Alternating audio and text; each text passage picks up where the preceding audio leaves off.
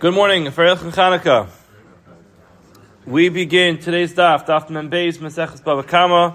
We begin by thanking our sponsors. We thank Selma Woolf for sponsoring all the Shiurim for the month of Teves with immense gratitude for the refuos from Hashem and the merit of a refuah sheleima for all those in need and the zchus of our brave Israeli soldiers and hostages. Kadosh Baruch Hu should be Kabbalah, our tefillas, and the zchus of our aliya TORAH should be Yeshua for all of Klal Yisrael. We also dedicate all the Shiurim of Maseches Bava Kamma to Master Sergeant Eliyahu Harush, Hashem Yom who was Meiser Nefesh to save so many people during the horrific terror attack on October 7th. Today's Amud is Daf Mem Beis Maseches Bava Kamma. We are going to begin on Mem Aleph Amud Beis at the two dots. It's about 10 to 15 lines up from the bottom. So if you remember from yesterday, we are in the middle of darshaning the pasuk of a Baal Hashar Naki. Pasuk tells us that when an animal which is a tam, not a sharmud, an animal which is a tam that has not yet built up a pattern of causing damage, kills somebody, halacha is the animal is going to be killed. With Baal Hashar Naki, there isn't going to be any payments. And Baal Hashar Naki is something which has been darshan in many different ways. Yesterday, Baal Hashar Naki taught us that he is wiped out clean, literally. Like you say, someone's cleaned out, Baal Hashar Naki meant that the animals, the hides that were left over, asur bahana, and anything left over from the animal is asur bahana. Now the Gemara is going to present in today's Amud a number of different alternative understandings of what Baal Hashar Naki is teaching us in that pasuk. TORAH Banan. Baal Hashar Naki, Rabbi Eliezer says, Naki michatzi kofer. What does that mean? That means that if a shar kills a person, the halacha is, it has to pay kofer. There's a monetary payment that must be paid when a person is killed. You might think that a shar tam, a shar that has not yet built up a pattern of causing damage, would have to pay chatzi kofer, half of that value. Baal Hashar Naki says no. He does not have to pay half that value. In other words, half payment, chatzi nezek, that a shar tam pays is relevant by damages, but not when it comes to killing somebody, because when it comes to kill somebody, the animal is put to death and no financial payments are made, not half the value and not the full value. Amar Rabbi Kiva. Rabbi Kiva says, hold on a second. Rabbi Eliezer, how could it be that the pasuk of Baal Hashar Naki was written specifically to exempt the owner from paying half the value of the person who was killed? That doesn't make sense. We mentioned this so many times throughout the Masechta that not only does a shar tam not pay the full damage, only pays half the damage, but also a shar tam only ever pays from its value. It never will pay anything that exceeds the value of the actual animal. So if that's the case, as Rabbi Akiva, you just put the animal to death. So haviu lefnei bezdin yishalem lach. The owner of the animal will say, you know what? You're right. You think I have to pay half the value of the person who was killed? I have to pay chatzi kofer? No problem. I'll be right here with my animal and take the value of the person from the animal. How much will that be? 0. It will be 0 because the animal's dead. An animal that's dead doesn't have any value. The animal is put to death. The animal's dead. It can't be used for anything. So therefore, its value is 0. Now you're telling me you would have thought I would have to pay half the value of the person who was killed. Maybe that would be the case, but where do I pay it from? I pay it from the assets of the animal. The assets of the animal are 0, because it was put to death. So it can't be the pasuk is telling me that is the owner of a shar tam would only pay half of, I would have thought you pay half of the value of the person who was killed. Comes along the pasuk and says you pay 0, just logically you would pay 0 anyway, because the animal is not worth anything. So that should be Kiva's question. Rabbi Eliezer responds to him and says, Kach ani beinecha? Are you kidding me? That's how you view me? You looked at my answer and you viewed me as explaining to you something so simple. In other words, you think shedini bozeh shechayav misa? You thought I was telling you the animal is chayav misa, that still in such a case it won't pay half the value of the person who was killed? Of course, I understand that. I understand if the animal's dead, there's no value to collect from. You see, like there was such a response over here of, that's how you see me? He took it a little bit personally. And he responded, Ein dini ela kshehemis ha'adam al pi eid echad o al pi bailim. He says, when I told you my din, that the pasuk is telling you that you won't pay for any damages to the person or any financial fees to the person, I was talking about a case where the animal killed somebody but managed to escape death. How did it escape death? Well, there weren't two witnesses that saw that the animal killed the person. Maybe there was one witness. You can't kill an animal with one witness. Or it was talking about a case where there were no witnesses. But you know what? The owner of the shar actually confessed that his animal got out of control and killed the animal. In such a case, the animal won't be put to death. In that case, says Rabbi Eliezer, that's what I'm telling you. You would have thought there would be a tam payment of half the value of kofar, half the value of the person that was killed. Comes along Baal Sharnaki to say, even though the animal's not going to be put to death, and the animal still maintains its full value, nevertheless, a shar tam does not pay anything, not even half the value of the person. Now the Gemara says, hold on a second. How could that be? How could you think that if the animal was not convicted of killing the person, either because there weren't two witnesses, or because there was only the owner who came to confess, Al pi bailim, moda b'knasu. If the only way that we know that this animal killed a person is because the owner came to confess, that means the owner actually was owning up to it. And guess what? The halacha is, anytime there's a knas, a financial penalty, not a financial value, but a financial penalty, which is what the kofar payment is. It's a penalty. It's not that you're actually paying the value of a person. There's no such thing as a value of a person. The value of a person exceeds any amount of money. So the payment of kofar is always going to be a payment which is going to be a knas, moed b'knas pater. If the owner confesses, the halacha is, anytime a person confesses before being convicted that they owe a financial penalty, they get out of it. So therefore, there would be no havamina. It would be impossible to think or even to entertain the thought that if there weren't two eidim, and the only way we know that this animal came by and killed this other person is because the owner confessed to it, of course there'll be no financial payment over there. It's no different than any other financial penalty, where if you're going to admit that you owe it, that you don't have to pay it. Now it happens to be, Tosfos points out, we could have asked a similar question, and Rashi writes this also. Rashi and Tosfos write this. Now we could have asked a similar question when it comes to Eid Echad also. What's the havamina that would have to pay the financial payment when there's an Eid Echad? An Eid Echad does not have the ability to be able to extract money from somebody. In Eid Echad, the only thing an Eid Echad could do is to create enough doubt that Beis Din would impose, or that not Beis Din, but that the Torah would impose a shavua, that the person would have to take an oath that they're not obligated. But again, in this case, you follow it through all the way. If one aid comes and says, I watched that animal kill a person, then we go to the owner and say, now you have to take a shavua. You have to go to Beis Din and take an oath that your animal didn't kill the person. Now again, if the owner refuses to take that oath, essentially the chiyuv is coming through that person. So again, in either one of these cases, we were going to have this question that it can't be that there'll be a financial payment coming about by way of either through an Eid Echad, one witness, or through the owner himself confessing. The Gemara says, well, you know what? That's because all of this is going to only make sense. In other words, your question only makes sense if you understand that kofar, this financial payment over here, is a penalty. However, hu kasavar, Rabbi Eliezer is of the opinion that kofar kapara. Kofar is actually instituted, as the word sounds, as a kapara.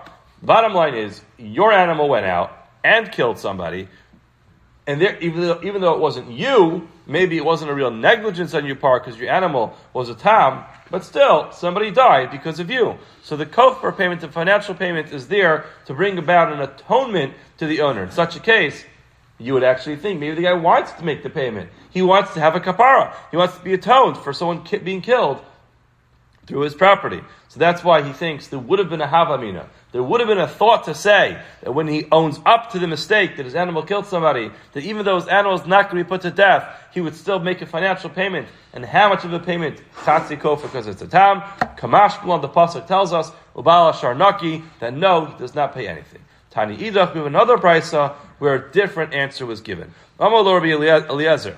Akiva, in other words, we have a conversation where Rabbi Eliezer responded to Rabbi Akiva and said, Kach ani beinecha, that's how you see me. In other words, you understand shedini b'zeh shechayev misa, that my opinion that the pasuk was telling us that there's no financial payment is when the animal is actually put to death. No. Ein dini ela b'miskavan la'aragas behema b'haragas adam. I was talking about a different case, where my animal actually intended to kill another animal, but by mistake, it found itself goring a person, in such a case, it won't be put to death. Or similarly, Lemitzri wanted to kill a Mitzri, Harag Yisrael, and killed a Jew instead. L'Nephalim wanted to kill a child, which is a nefel, in other words, a miscarried child, or stillborn, Harag ben Kayama, and killed a child that was alive. In such a case, all those cases are cases where the animal had intention to kill. There were Eidim that watched it kill. However, there was a problem. The animal killed the wrong person. Tried to kill something else, another animal, or didn't have a mind to kill a Jew, didn't have a mind to kill a Ben Kayama, child that can survive. In those cases, the animal will not be put to death. In such a case, says Rabbi Eliezer, you would think there would be a financial payment of Chatzi Kofa when the animal is a tam. The pasuk tells us about Sharnaki, there is no financial payment at all. Now the Gemara says, Hi Amar Le Beresha. There's two answers that were given here. Which one was said first? If Kahana Mishmei de Rav Amar, if Kahana the name of Rava said, Miskaven Amar Le Beresha, in other words, the second teretz that our Gemara gave was really said first. Rav Tavyumi Mishmei de Rava, Rav Tavyumi says the name of Rava, Hamas Amar Le Beresha. That it killed the person, but there weren't enough Eidim, or there were no Eidim at all. That was the answer that was given first. The Gemara explains why each one had their opinion about which one was said first. Rav Kahana says in the name of Rav that Miskavan Amar Le Beresha, the second teretz was said first. Mashal. The Gemara gives a mashal. Let's say it to a fisherman. Shesholo dagim in a yam. He's fishing fish out of the sea. On top of Membezim at Aleph. Mishkach Rav Ravi. If the fisherman finds large fish, then shakil, he'll take it, because that's what he's there for. He wants big, large fish. But he doesn't stop right there. He still, zutri shakale. He'll still catch smaller fish afterwards. He'll still take them home. In other words, sometimes a person, even though they caught a big fish, they're still willing to catch smaller fish afterwards. In other words, the second terrace is much better. There's no question to be had on it. It makes perfect sense. The animal is not being put to death. You might think that there's financial payment. So it comes along the pasuk and says, no financial payment. The other tariff, the previous one that our Gemara mentioned, had a big problem.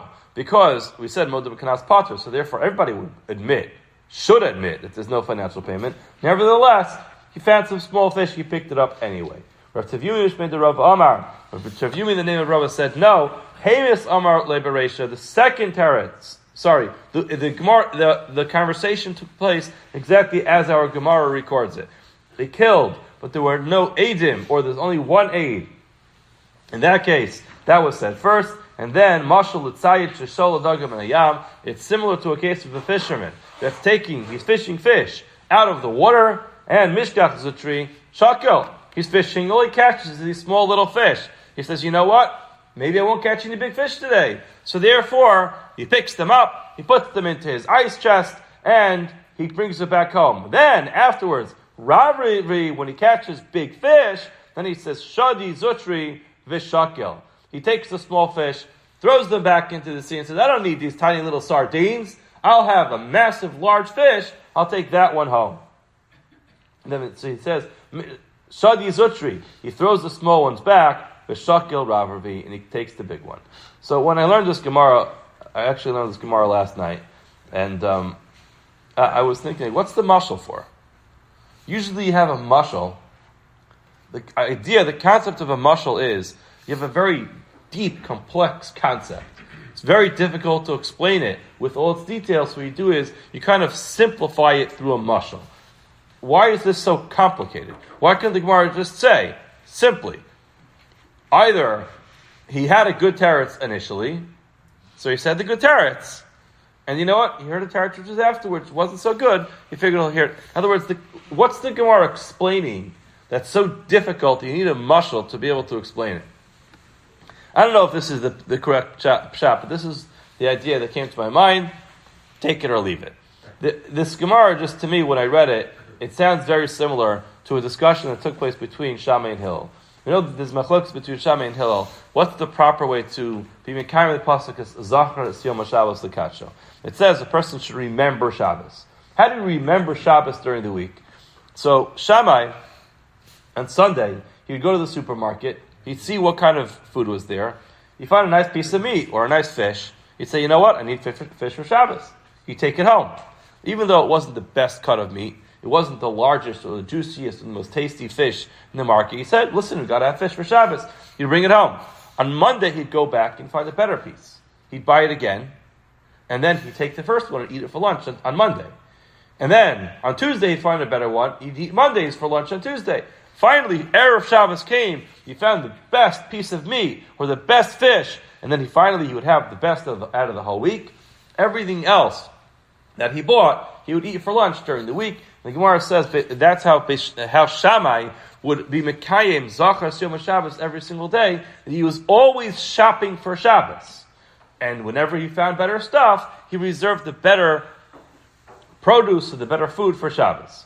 It sounds pretty similar to this Gemara, that you go shopping, you pick up what you get, and whether it's the best or not, you take it, and when you find something better, you hold on to that one.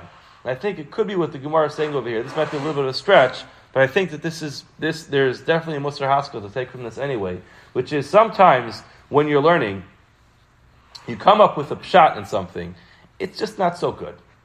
But it answers the question.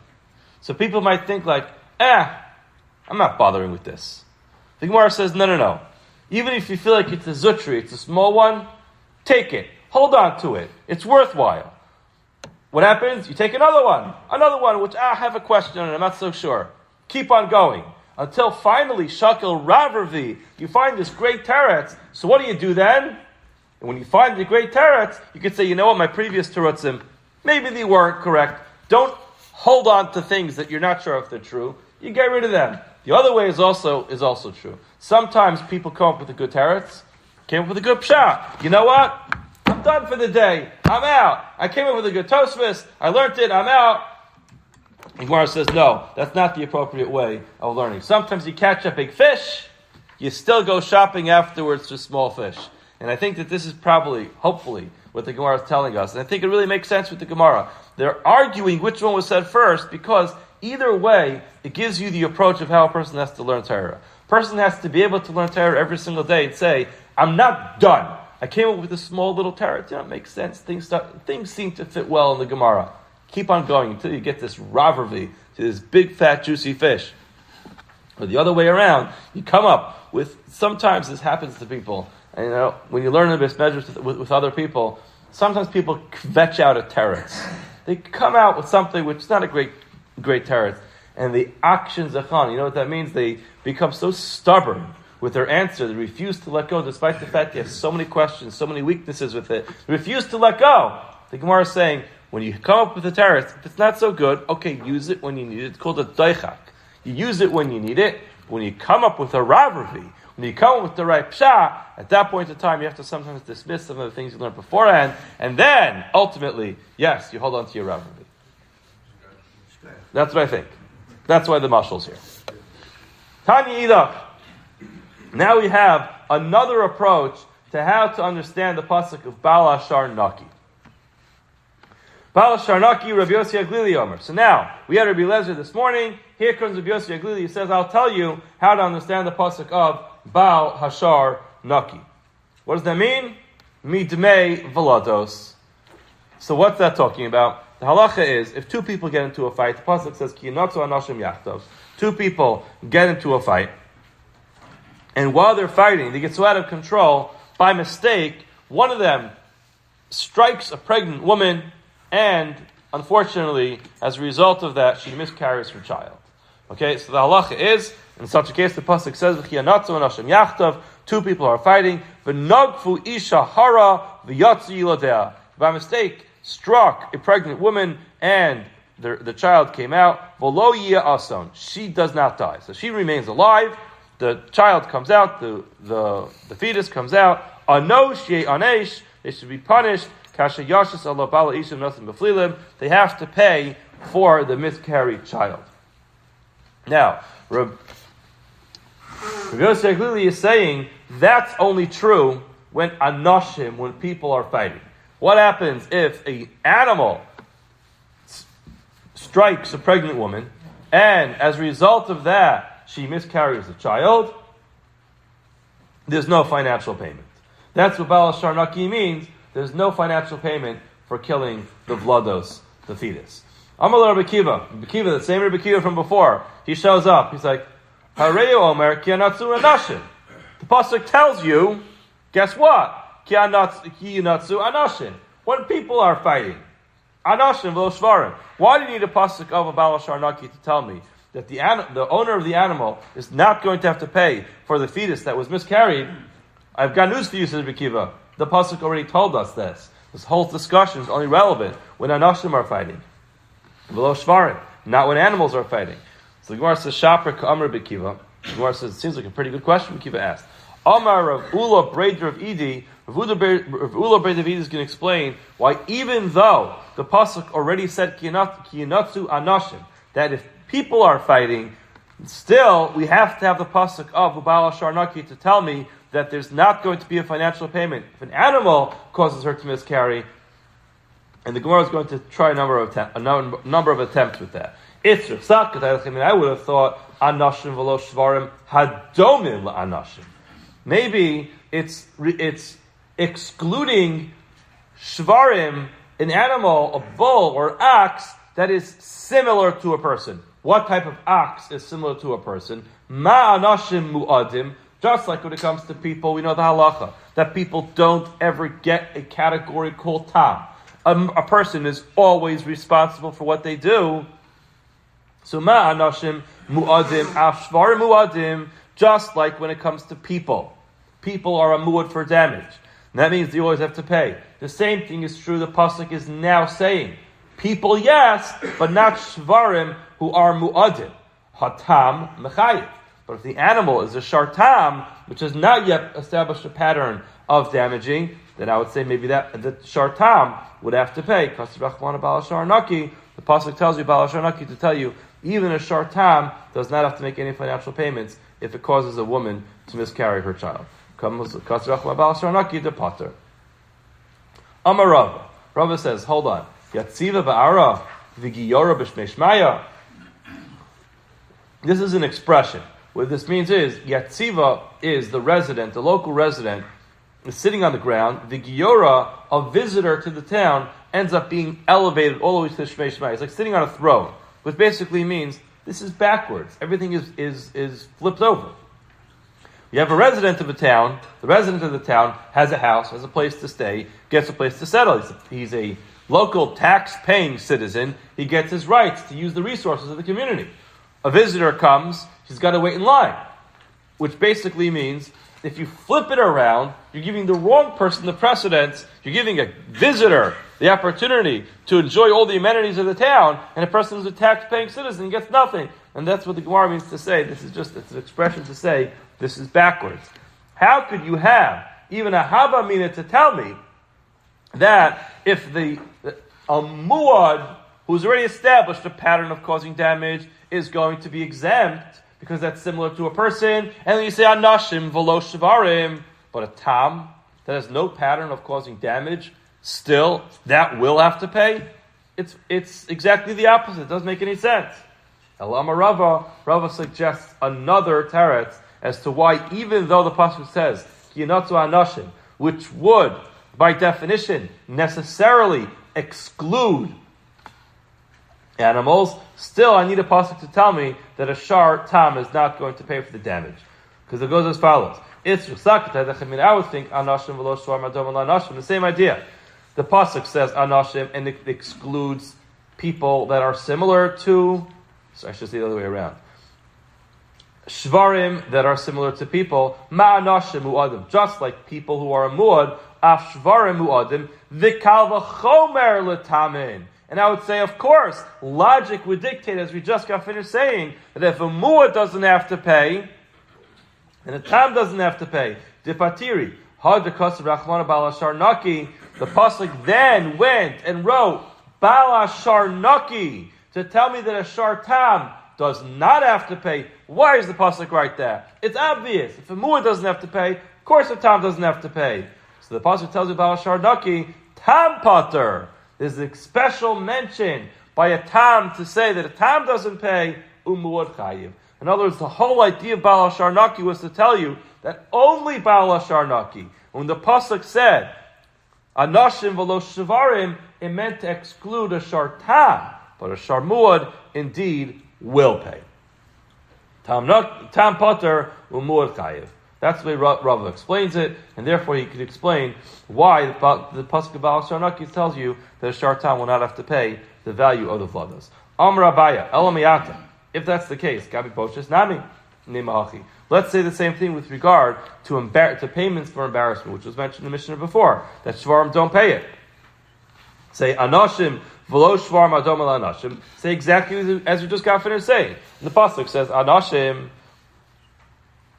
Then it excludes shvarim, animals that are similar to anashim, which means ma'anashim muadim shvarim muadim. So at face value, it would start off by excluding animals that are muadim. V'kal v'chomer l'tamin. You make a kal v'chomer and say, if a shar muad doesn't have to pay for embarrassment, certainly a shar tam doesn't have to pay for embarrassment. Dipatiri hadakas rachman ba'al sharnaki. The pasuk adds in ba'al sharnaki to say that no, shar tam patru muad chayiv. And therefore, we will be able to establish from this Gemara that if a shar muad embarrasses a person, then the owner would have to pay for the damage. If you want to say yes, indeed, that is going to be the halacha, according to Rabbi Yossi Aglili, Ihachi, Listni, Baal Sharnaki, Rabbi Yossi Aglili, Omer Patimid Mevladas, Umi Boshes. Why doesn't he write that? Amar Abaya tells us, El Abaya v'Rava Damit Avaya. Sorry, Gemara says Abaya and Rava, both of them say Anashim. When it comes to Anashim, ain't asa Anashim. It can't be because ain't ason beish. Ain't ason beish. The pasuk tells me there's no tragedy. In other words, there's no death. Beisha ye'anshu. The pasuk clearly. In other words, the pasuk. This pasuk is the source for kamle b'derabamine. This pasuk is where we learn. Only if ein ason beisha, there was no tragic death of the woman, in such a case there'll be a financial payment for the miscarried children. Ein ason beisha ye'anshu. However, yesh ason beisha lo ye'anshu. If there is a tragedy with the woman, in other words, the woman got struck and she dies in such a case, there is not going to be any financial payment because of kamle b'derabamine. But however, below shvar. This is not true when animals are fighting. In other words, this concept of kamle b'derabamine is only relevant when it's anashim who are fighting. So the Gemara reads, anashim, if anashim are fighting, ein asom isha anshu, if the woman does not die, then there's going to be a financial payment. Yesh asom b'isha lo anshu. There's a tragedy and the woman dies, then lo anshu, they don't have a financial payment because they're put to death. V'lo shvarim, this is not true when it comes to animals that are fighting. Di'afagav yesh ason anshu. Even though there's a tragic death, nevertheless, the owner is going to have to incur financial payment. And then Hadr, Kasav, Rachman, Baal Sharnaki, the pasuk then writes, Baal Sharnaki to Pater, to tell you that indeed you're going to be Pater and there will not be any financial payment. Maseches Rabbi Barahava. Rabbi Barahava asked the following question. Atu ba'asum talyu milsa. Does this actually depend on whether or not there's a tragic death over here? B'kavana talyu milsa. It depends on the intention of what happened over here. Amar Rabbi Barahava, Anashim, the pasuk is talking about Anashim were fighting, that itkinis gavnu zelazeh. They had intention to hurt each other. Af agav sheyesh asun b'isha, even though there's a tragedy where the woman dies, yei anshu, they're going to be paid. They're going to have to pay because they didn't intend to hit her. But however, kiniskavnu leisha atzma, if a person has in mind to strike the woman, in such a case, lo yei anshu, there will not be any financial payment. Why? Because kamlei b'derabba minei, if there are two consecutive punishments that are relevant, one of them carries a death penalty, the other one carries a financial payment, there will not be any financial payment because they're put to death, because kamlei b'derabba minei. V'lo shvarim, this is not true when it comes to animals, da'afilu niskavnu leisha atzma, even if the animal had intention to kill the person, the woman, anshu, still there will be a financial payment. That's why the pasuk writes, Baal Sharnaki, this is Rabbi Yisrael's halacha, dipatiri, that there's not going to be any financial payment. The Gemara says, V'cheiki yasa Rav Chagi midaroma. Similarly, when Rav Chagi came from Daram, from the south of Eretz Yisrael, also Ba'aisi Masnis B'yadi, he came from the yeshiva in the south of Eretz Yisrael, and he brought a Mishnah with him, Kavaseit Rav Ada bar Ahava, which was similar to what Rav Ada bar Ahava said. And he explained it exactly as we just got finished saying it, with the concept of Kamlei b'derabba minei. So that finishes off Rabbi Yisrael. So now, if you remember, the first drasha from Baal Sharnaki that we had today came from Rabbi Eliezer. Who's the one who had a problem with Rabbi Eliezer's drasha? Rabbi Akiva. Then we had Rabbi Yossi Glili. He came up with another drasha from Baal Sharnaki. So that's the second one. Who had a problem with him? Rabbi Akiva. Now comes along Tani Idach, Baal Sharnaki, Rabbi Akiva Omer. Here's Rabbi Akiva himself, his own drasha. It gives us a little bit of insight as to what was going on here, because he had his own drasha from Baal Sharnaki, which was maybe his motivation to ask all those questions. So he says, Naki midmei eved. The halacha is, if a person kills an eved, a servant, the halacha is, you have to pay shloshim shekel. There's a financial payment of 30 shekel. So now Rabbi Akiva says, Naki midmei eved. So if a shar tam goes ahead and kills an eved, no financial payment of 30 shekel for the eved. Top of them bays, Amud bays. Gemara now says, hold on a second, Rabbi Akiva. V'neighbor Rabbi Akiva l'nafshei v'halu atzmo eino mishalem ela migufo haviu levested v'yishalem lecha. Do you remember your question, Rabbi Akiva, that you asked at the beginning of the share this morning? This morning, when Rabbi Eliezer told us his halacha, and his halacha was that when a shar tam kills a person, there's no financial payment, even half payment for the kofar payment that comes along with killing a person. What was your question, Rabbi Akiva? Your question is, hold on, of course there's no financial payment. The animal is put to death. Shar tam only ever pays from its value. The animal's dead, so of course there's no financial payment. The animal's worth nothing. So the Gemara said, Rabbi Akiva, what about your own question on yourself? Why is your drasha any better? Do you feel like you're exempt from your own question? Amar of Shmuel bar Yitzchak, kishekadam ba'elav v'shachtu. Oh, I got a teretz, says the Gemara. We have a teretz, which is, Rabbi Akiva is talking about a case where before Beis Din had a chance to actually issue the ruling, you know what happened? The guy quickly made a barbecue. He shechted his animal. So again, animal's kosher. He shechted it. He did malicha, everything that has to be done, and he went ahead and he made lunch. So I would have thought, lish talamine. Now before he makes his lunch, he has to now deliver all those rib steaks to the owner of the eved. Kamash Malan, Baal Sharnaki, Basar tells us that no, the animal's dead because he shechted al pi halacha, and the animal now has value. You still don't have to pay that shloshim shekel. And the explanation is, Hayol ubar ketelahu, since the animal is technically bar ketela, deserves to be put to death, afagav deshachte lo l'shtalamine, he doesn't have to pay. Gemara says, hold on a second. In as much as that's a good teretz for you, Rabbi Akiva, ihachi l'Rabbi Eliezer nami kishekadam v'shachtu. Why can't Rabbi Eliezer say the same thing? Animal killed a person. not an eved, killed a person before basing on the opportunity to give the death sentence to this animal, the guy went ahead and shechted it.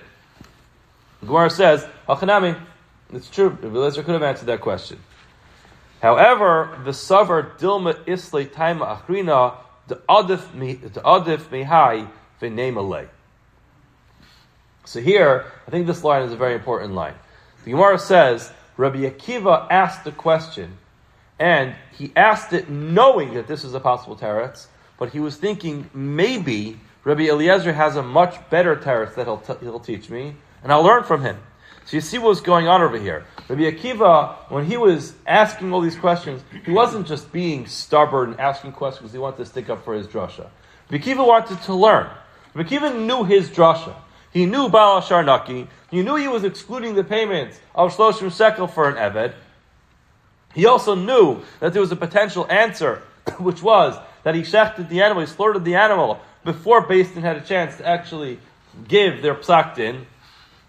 But still, he asked the question to see, you know what? I may actually learn something from Rabbi Eliezer. Maybe Rabbi Eliezer will give me a better answer and I'll learn something new. So that's why he was asking all those questions, because he wanted to be able to pull the bigger chiddush out of Rabbi Eliezer, which would have been an opportunity for Rabbi Akiva to learn something. So the Gemara says, you know what? The truth is, why didn't Rabbi Eliezer give this answer? The name of Rabbi Eliezer, Nami Lishni, let him give this answer. Shekalim v'shachtu, where he went ahead, he advanced, got ahead of Beis Din, and he slaughtered it. Amar Lach, so he'll tell you, Hasam hudin eskavan laharagas behem of laharagas adam. Remember, in that case, he's talking about he had intention, animal had intention to kill another animal and killed a person. So therefore, the whole thing wouldn't have started. The shar lav bar katelu. The shar is not even deserving of being put to death. It's lav bar katelu klal. So therefore, why should we be talking about a death? In other words, if it's an animal that deserves to be put to death, we could talk about shechting it beforehand or afterwards. In such a case, but in our case, says Rabbi Eliezer, where the animal didn't even have intention to kill a person, it doesn't deserve to be put to death. So therefore, I wouldn't even have to say the sakat dechamin nechayev isr krolam ute. Aval hacha dmei karabar ketelahu. In this case, the animal already deserves to be put to death. So lo tzarich kra, I don't need a pasuk. In other words, Rabbi Eliezer wouldn't have even bothered with that because you don't need a pasuk where it's so obvious. Lo tzarich kra, because afagav the shachte, even though he shechted. Rabbi Akiva nami vadi hakihu. Gemara says, okay, so the truth is, this makes a lot of sense. In other words, if the animal is a bar ketela, so then why do you need to have a pasuk for it? In other words, the same answer Rabbi Eliezer has is relevant to Rabbi Akiva. Ella Amar of Asi, Rav Asi explains, Haimilsa mipi gavri rabba shmieli. I heard this from someone very big. Umanu, who is that? Rabbi Yossi Rav Chanina. He explains, Kasakat that I would have thought, Hayavam Rav Akiva af tam shachav ad mashal memoser nezek shalem. Even though, generally speaking, the tam only pays chatzi nezek, but a tam that harms a person, not kills a person, but harms a person, pays nezek shalem, pays for the full damages. So I would think mishtalam nami dmei eved me aliya. I would think he also pays the value of the eved from the aliya. In other words, I would say maybe all halachas of tam are suspended when it harms a person.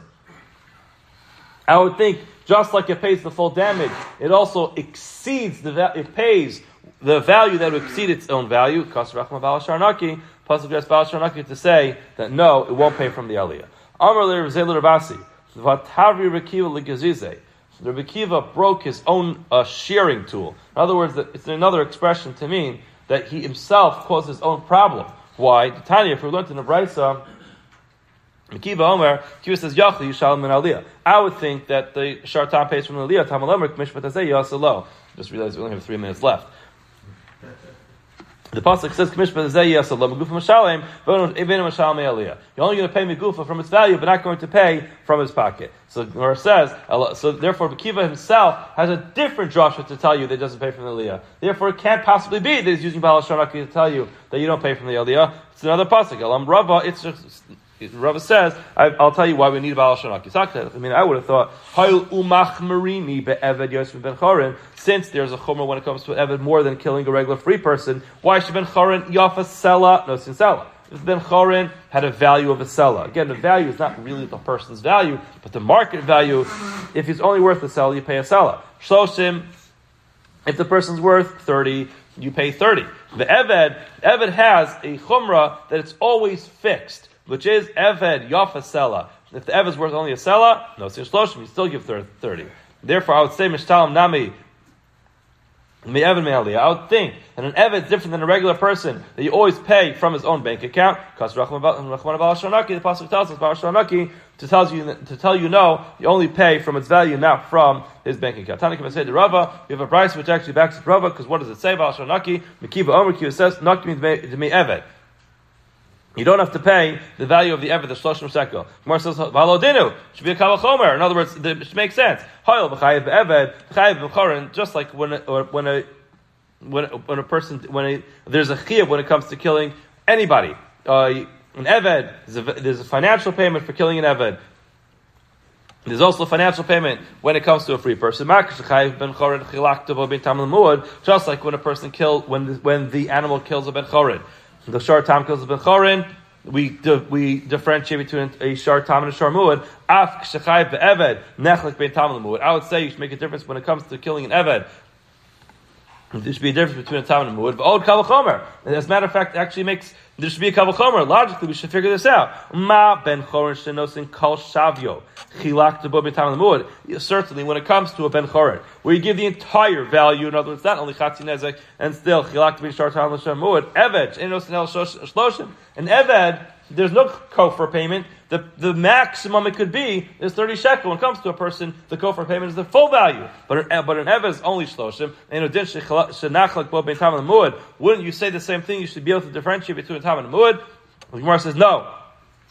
It's not a good kavachomer. Why? Because machmereni be'eved yosem ben chorin. I would be more machmer when it comes to an Eved, more than a ben chorin. Why? Because ben chorin yafa selah and selah. A ben chorin has the leniency that if it's only worth a selah, you only pay a selah. Shloshim, no shloshim. If the person's worth 30, then you pay 30. However, the Eved yafa selah no shloshim.